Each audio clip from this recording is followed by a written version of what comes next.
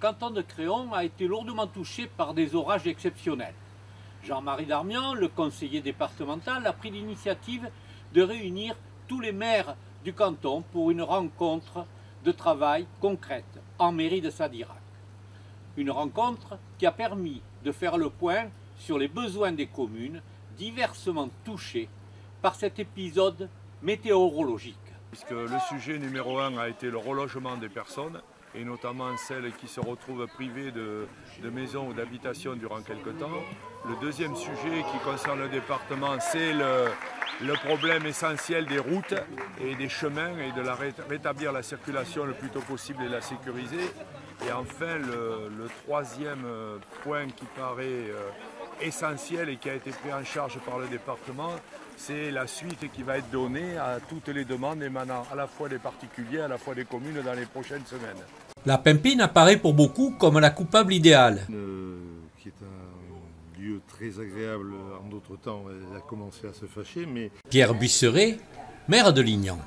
L'eau dévalait aussi les coteaux et la somme des deux a envahi le bourg et a envahi beaucoup de maisons. Au moins une trentaine de maisons ont été inondées, donc vraiment des difficultés pour les administrés. C'est la place qui servait de grand réservoir, c'est monté en, je dirais, en une demi-heure, il y a eu 1 mètre et quelques d'eau. D'ailleurs les administrés au départ, ils étaient un peu, pour eux c'était un phénomène banal et après ils ont découvert que c'était quand même quelque chose d'important et on a vu. Il ne suffisait pas d'être en hauteur pour être épargné. Carignan en est l'exemple. C'est pas parce qu'on est en hauteur qu'il ne se passe rien et finalement, non, nous avons eu effectivement beaucoup de dégâts qui se sont occasionnés par l'engorgement en fait, de l'ensemble des fossés, des rues, des tampons d'eau usée qui se sont aussi soulevés. Voilà, donc on a des dégâts, beaucoup sur les bâtiments communaux aussi, par les toitures qui n'ont pas résisté aux intempéries qui étaient très intenses. Et il ne faut pas oublier la Pimpine.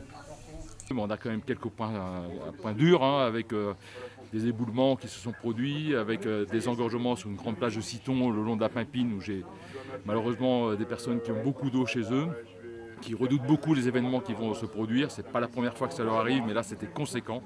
Et donc moi j'attends effectivement avec impatience un soutien de nos partenaires, notamment le département sur ces points-là, parce qu'on a travaillé aussi avec eux pour pouvoir avancer. À Sallebeuf, la source non prédestinée est située dans le bourg. Et là, les choses se sont vite gâtées. Ça a monté très très vite. En une demi-heure, en fait, on avait plus de 80 cm d'eau dans tout le centre-ville, en fait, dans le centre-bourg de la commune. Alors, on a des ruisseaux, mais c'est pas spécialement du ruisseau, non. Je pense que c'est un engorgement d'eau très rapide parce que ça s'est mis à pleuvoir très très fort d'un coup et en fait, ça a tout engorgé très très vite. Vous dire exactement d'où c'est venu, c'est impossible aujourd'hui. Beaucoup de dégâts matériels lors de cette nuit destructrice.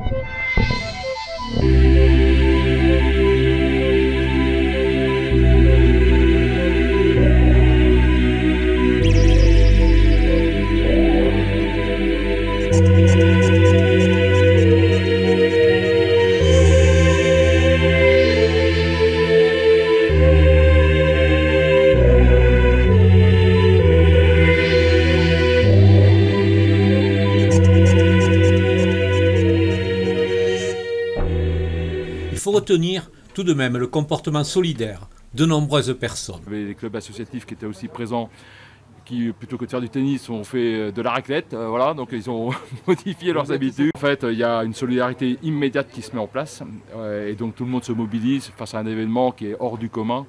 Et on a vu des solidarités entre différents quartiers de Lignan, vraiment éloignés du centre-bourg, mais des gens qui sont venus spontanément au centre-bourg pour donner un coup de main. Et je les félicite, j'en félicite, je suis très content de ces mouvements. Il reste parmi les élus et la population un sentiment fort. Ça inquiète parce qu'on ne sait pas exactement si c'est un phénomène exceptionnel ou si ça va être répétitif.